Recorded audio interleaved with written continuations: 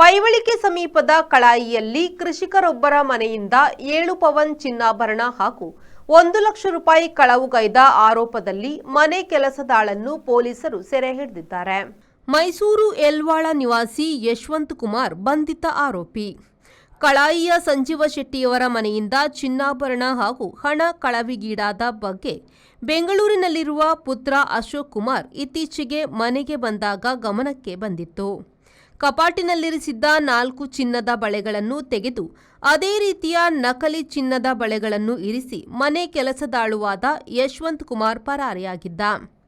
ಕಳೆದ 10 ತಿಂಗಳಿನಿಂದ ಸಂಜೀವ ಶೆಟ್ಟಿಯವರ ಮನೆಯಲ್ಲಿ ಯಶವಂತ್ ಕುಮಾರ್ ಕೆಲಸಕ್ಕಿದ್ದ.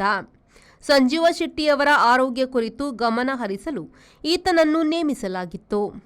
ಈ ಮಧ್ಯೆ ಈತ ತಿಳಿಸದೆ ಊರಿಗೆ ಹೋಗಿದ್ದ. ಈ ಬಗ್ಗೆ ತಿಳಿದ ಅಶೋಕ್ ಕುಮಾರ್ ಶೆಟ್ಟಿ ಬೆಂಗಳೂರಿನಿಂದ ಮನೆಗೆ ತಲುಪಿದ್ರು. ಬಳಿಕ ಕೊಠಡಿಯಲ್ಲಿದ್ದ ಕಪಾಟು ತೆರೆದು ಪರಿಶೀಲಿಸಿದಾಗ 1 ಲಕ್ಷ ರೂಪಾಯಿ ಕಳವಿಗೀಡಾದ ಬಗ್ಗೆ ತಿಳಿದು ಬಂದಿತ್ತು. ಆದರೆ 4 ಬಳೆಗಳು ಅಲ್ಲಿಯೇ ಇದ್ವು. ಚಿನ್ನದ ಬಣ್ಣದಲ್ಲಿ ವ್ಯತ್ಯಾಸ ಕಂಡುಬಂದ ಹಿನ್ನೆಲೆಯಲ್ಲಿ ಪರಿಶೀಲಿಸಿದಾಗ ಅವು ನಕಲಿ ಚಿನ್ನವೆಂದು ತಿಳಿದು ಬಂದಿದೆ. ಈ ಕುರಿತು ಅಶೋಕ್ ಕುಮಾರ್ 2 ದಿನಗಳ ಹಿಂದೆ ಮಂಜೇಶ್ವರ ಪೊಲೀಸರಿಗೆ ದೂರು ನೀಡಿದ್ದಾರೆ. ಬಳಿಕ ಪೊಲೀಸರು ನಡೆಸಿದ ತನಿಖೆಯಲ್ಲಿ ಹಣ ಹಾಗೂ ಚಿನ್ನಾಭರಣ ಕಳವು ನಡೆದಿರುವುದು ಹಾಗೂ ಚಿನ್ನದ ಬಳೆಗಳ ಬದಲಿಗೆ ನಕಲಿ ಚಿನ್ನವನ್ನು ಕಪಾಟಿನಲ್ಲಿರಿಸಿರುವುದು ಮನೆ ಕೆಲಸದಾಳು ಎಂದು ಖಚಿತಪಡಿಸಲಾಗಿತ್ತು. ಚಿನ್ನಾಭರಣಗಳನ್ನು ಕಳವುಗೈದು ಪರಾರಿಯಾದ ಯಶವಂತ್ ಕುಮಾರ್ ಮೈಸೂರಿನಲ್ಲಿ ಆಡಂಬರ ಜೀವನ ನಡೆಸುತ್ತಿದ್ದ. ಆತನನ್ನು ಉಪಾಯದಿಂದ ಬಲೆಗೆ ಹಾಕಿಕೊಂಡ ಪೊಲೀಸರು ಬ್ಯಾಂಕ್ ಖಾತೆಗಳನ್ನು ಪರಿಶೀಲಿಸಿದಾಗ ಹಲವು ಬಾರಿ ವ್ಯವಹಾರ ನಡೆದ ಬಗ್ಗೆ ತಿಳಿದುಬಂದಿದೆ.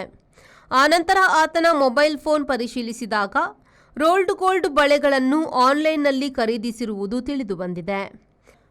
ಬಳಿಕ ಆರೋಪಿಯನ್ನು ತನಿಖೆಗೆ ಒಳಪಡಿಸಿದಾಗ ತಪ್ಪನ್ನು ಒಪ್ಪಿಕೊಂಡಿದ್ದಾನೆ. ರೆಹಮಾನುದ್ದೀನ್ ಅವರ ವಿ4 ನ್ಯೂಸ್ ಮಂಜೇಶ್ವರ.